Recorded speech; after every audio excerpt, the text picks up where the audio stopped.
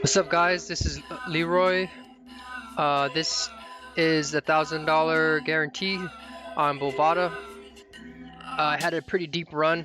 I was recording it earlier, but my laptop was acting funny, so I didn't get a chance to show the earlier parts of the tournament. So I'm just gonna record it as I go and give my notes as we go through the tournament. So it was a $2 buy-in, as you can see. 817 people. We are currently 48th. Usually I think I'm a better tournament player than cash player, because I think I pretty much go bubble at least like 40% of the time, maybe. And I know for sure that there's no way that there's all luck. Out of 817 players, I'm down to the 49th place right now. I know that there's no way that that's just all luck. So there has to be something more to this game than just the cards. I think what's important is just picking my spots carefully. Currently have $5.22 locked in right now, but that's not what we're gonna shoot for. I currently don't have my HUD. I'm not recording it with it because I'm using another computer. I normally have HUDs because it makes it easier for me to exploit players. Here we're just going to try to take mental notes and use the note feature on Bovada. This right here is actually a pretty close call of a shove, but it has to get through 1, 2, 3, 4, 5 people. So putting the 22 in the middle to win 3,000, and to get through 1, 2, 3, 4, 5 people, and on top of that, this player right here, player 552, will probably call because he's already priced in. So this is why I think this is probably going to be a fold right here, because if I do shove right here, what are the odds that it has to be successful to get through 5 players, and this player right here, player 55, has a lot of chips, so he could pretty much call us with marginal hands, and it has to win showdown if he was to call because he short stacked. So I think that's a really tight fold. If I was on the button or like closer to the cutoff for late position, I probably would consider it more, but ace-9 suited with the stack that I have and the players it has to get through and the short stack I'm shoving into, it doesn't look profitable to win the 3,000 in the middle.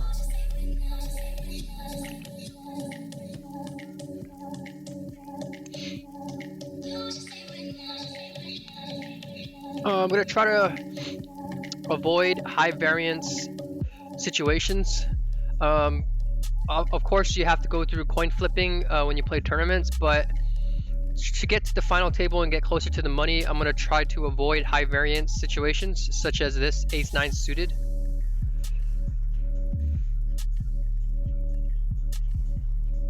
So we're just going to have to try to manage and navigate our short stack.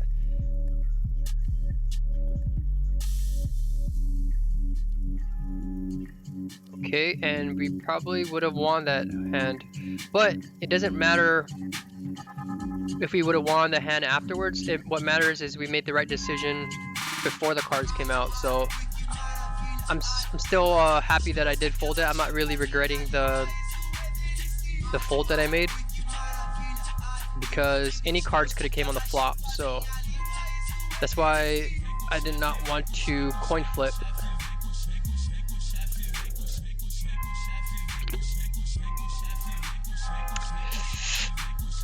Okay.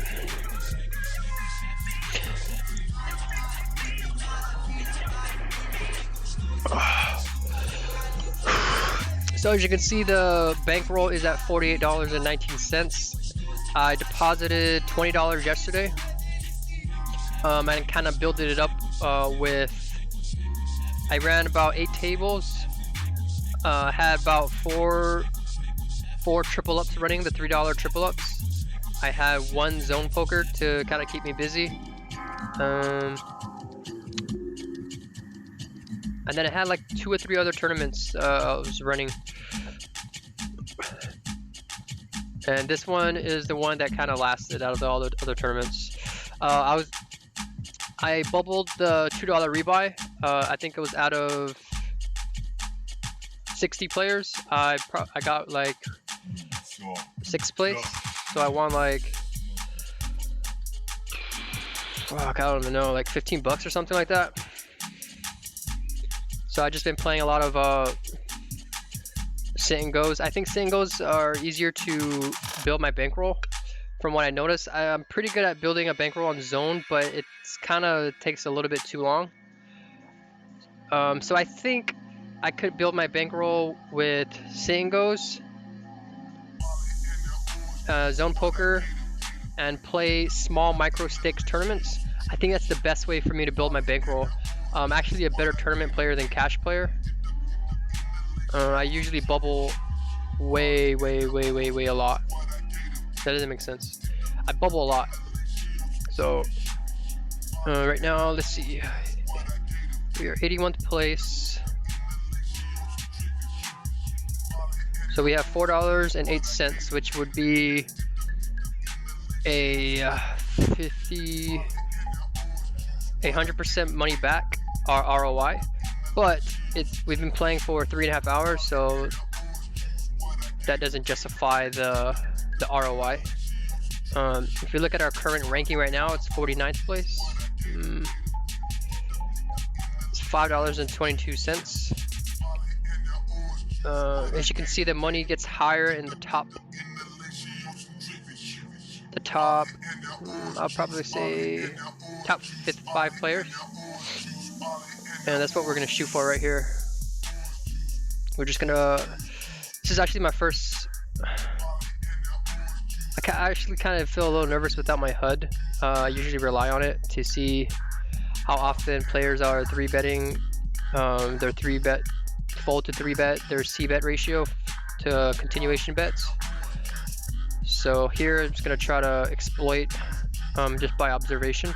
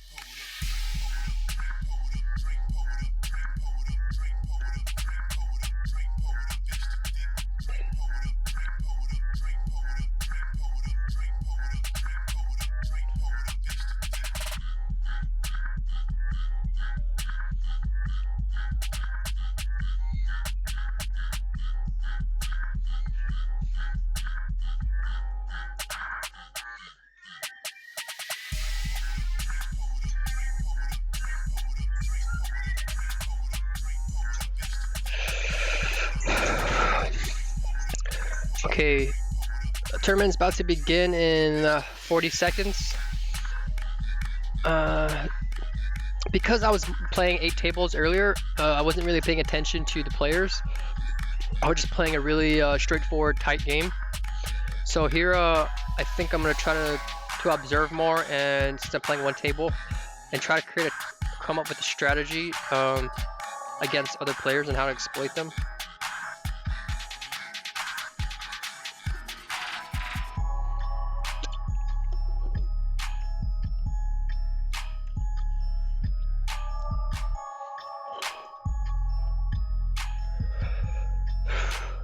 It's been a while since I actually won this tournament. I think I won 2 of these, 2 or 3 of them top 10. One of them I got 1st place. The other one was like 5th, and the other one was like 3rd or something like that.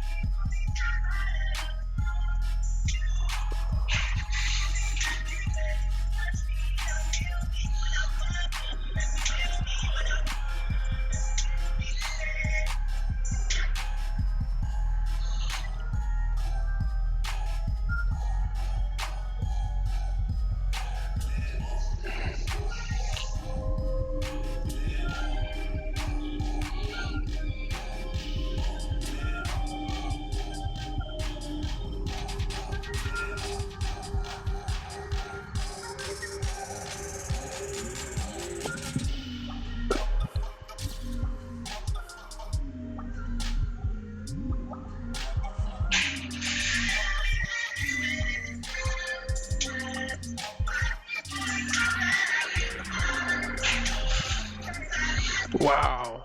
Player 55 could have made more money if he didn't raise right there. Whatever player 348 had, he made a really good fold. I ought to rewatch that.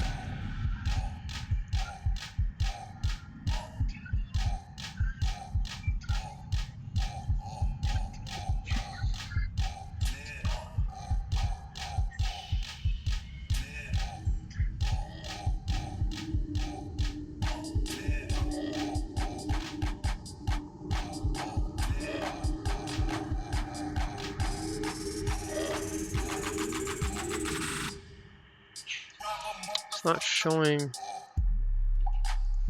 the other player. Player 6.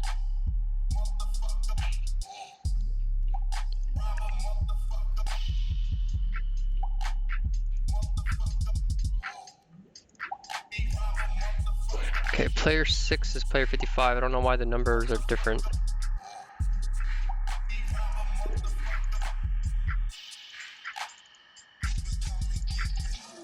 I want to see his raise size.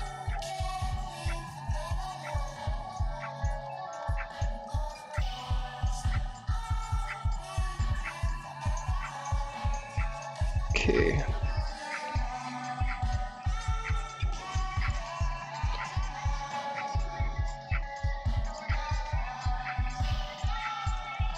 The blinds were 1600. What's that times 2? Okay, so he raised 2.5. He raised about 2x.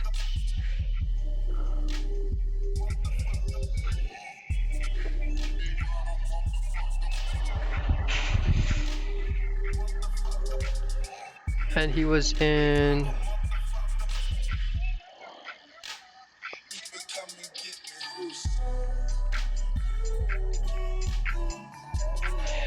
mid position.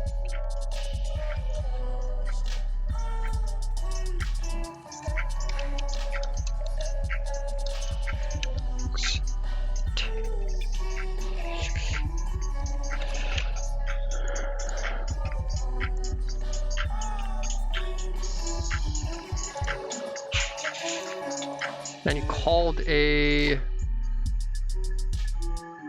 really large 3 to 4 bet.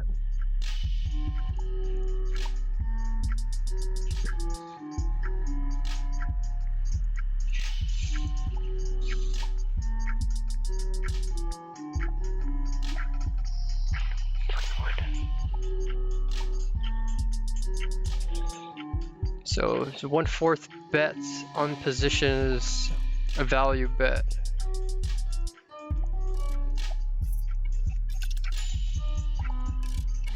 Fourth C bets in position is value bet. 5-10. I don't think we could defend. I'm pretty sure 7-9 will try to push us off. So.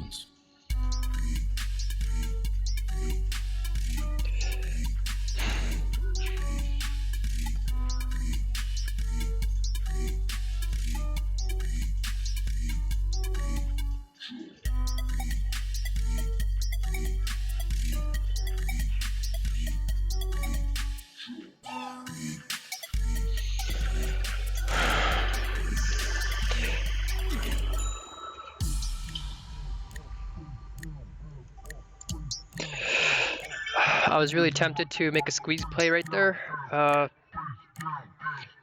just not quite have the right stack yet for that.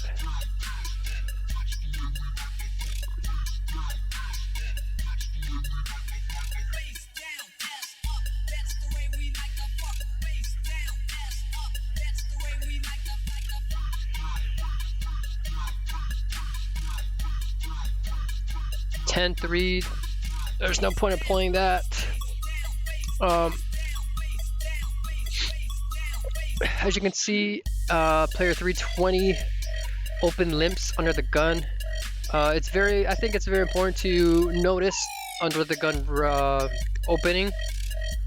Because usually the hand is usually pretty tight. I mean, the range is usually pretty strong, and it's a little suspicious. So the open lip under the gun, trying to maybe he has like a ace 10 suited that he not want to raise.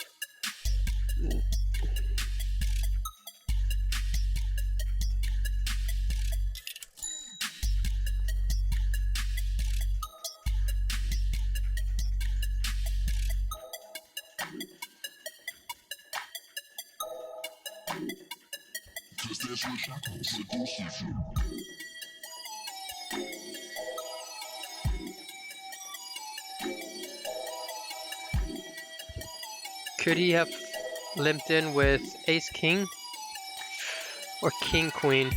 King 10.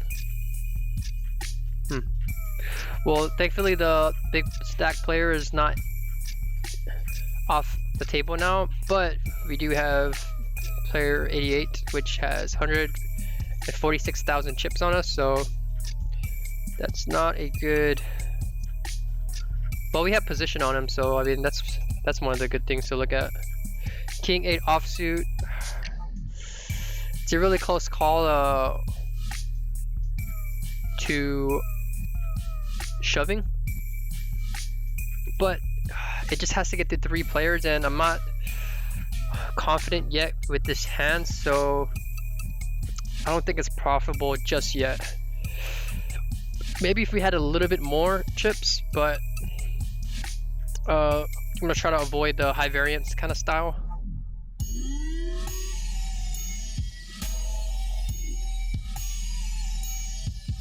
I mean, once we double up, we'll be very stable. Ace king, this is the hand that we need to double up, and we are gonna open shove because there's no point of open limping or open our mid raising because we just lose a lot of value, and a lot of people could try to push us off our hand, and I don't want to invite other players in action in the hand. So that's why I think open shoving is the best play, because we are short stacked, and it gives us an opportunity. If we hit, we could double up and we'll be pretty much really good, in good shape, good condition for getting close to the final table. So I kind of honestly don't want players to call me, because I'm just happy with taking the money in the middle and kind of slowly building my stack very slowly. So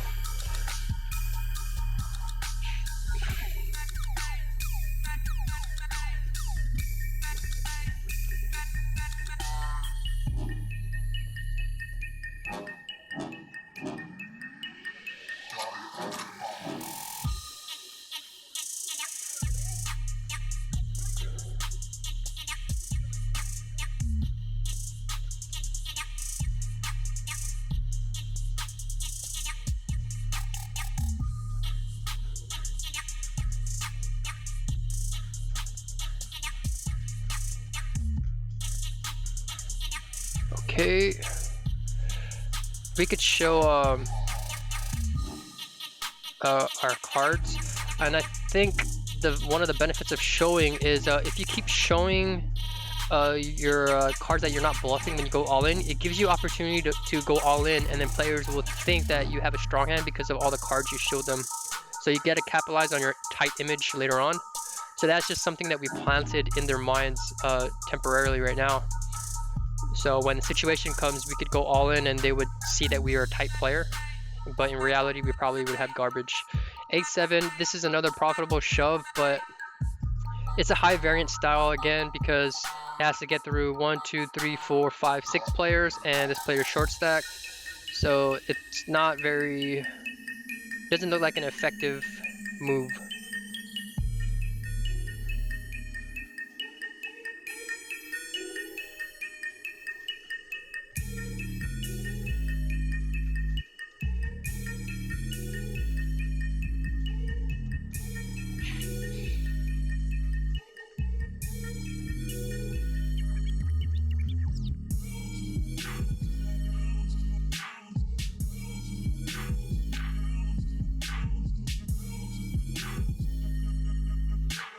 Player 293 opens 3x in, what's this?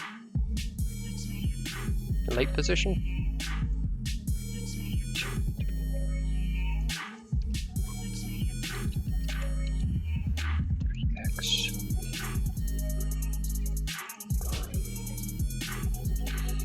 Player 525 defends his small blind.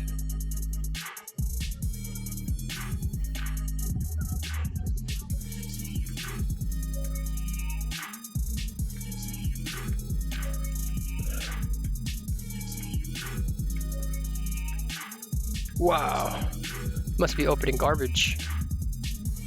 Probably had like pocket sixes, pocket fives.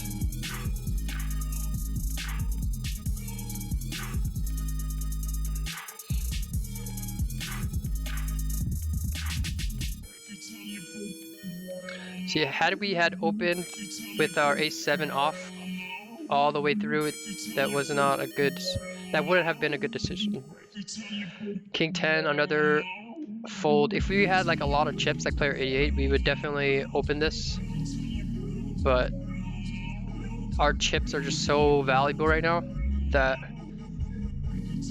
we can't afford to make even the little tiny slightest mistake. So we're just trying to tighten our range up and go for steals that look profitable.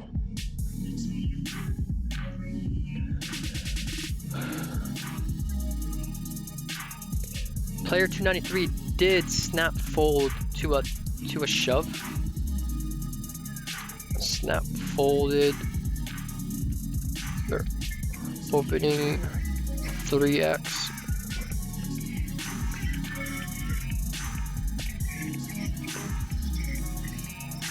Snap folded to a small 3-bet.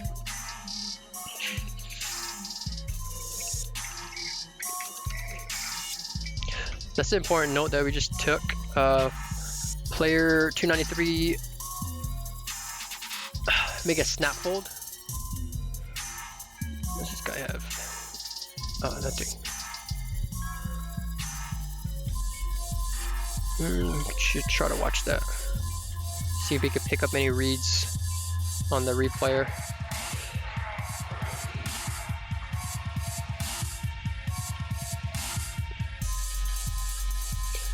348 is this player here.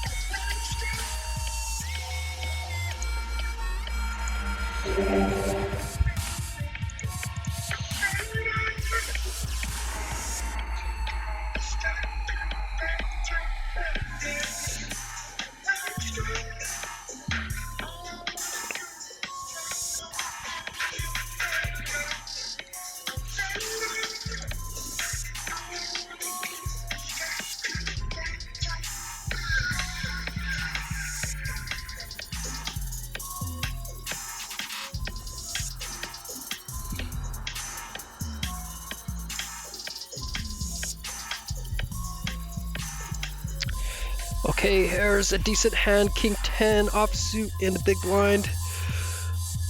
It looks like a profitable shove depending on who opens the pot.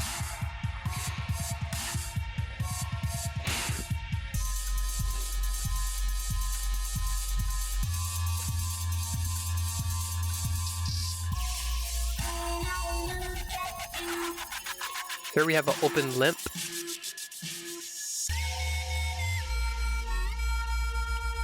I don't know what to make of this. Player 348 is usually really a tight player. From what I've seen, he has a lot of, he does this with a lot of aces, suited aces. And this right here looks like it's gonna be like jacks or tens. maybe even queens. So I think this is a spot that we can avoid right here, so which is why we would fold.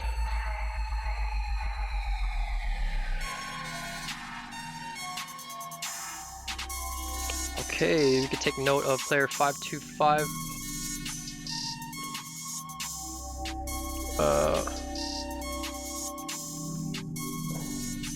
Open limps.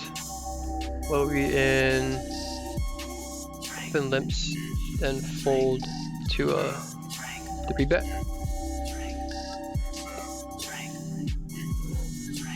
So player 525 is a limper, so we take note of that.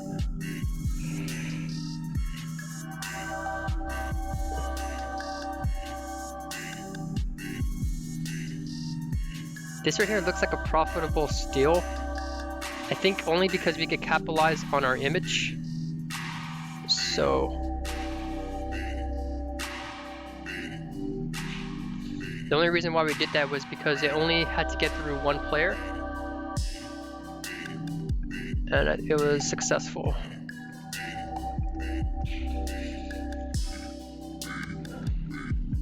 See, this spot right here is would be profitable because right here we have garbage, and even though we would be shoving into player 592, which is a short stack, we would pretty much be inducing action.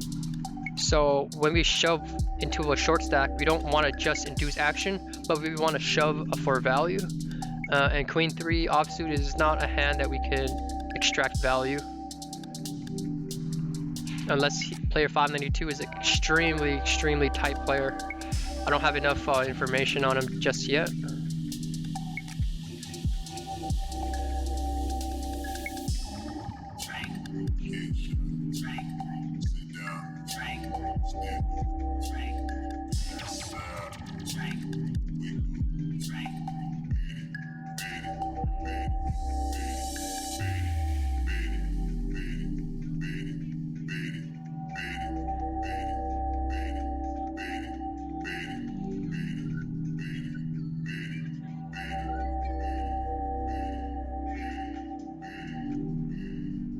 So as you can see, we're just trying to navigate and work our short stack.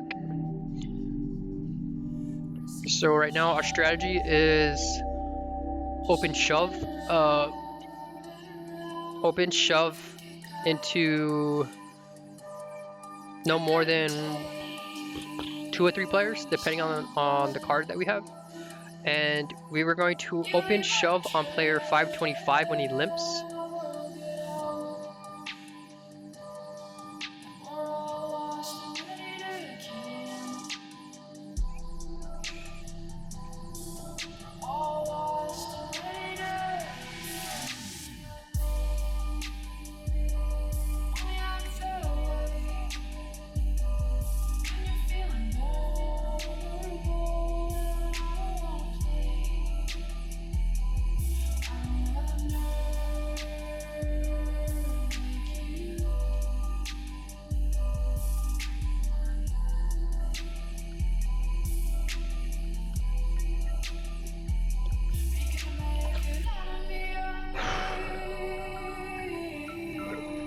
So as you can see, we're getting closer to the money.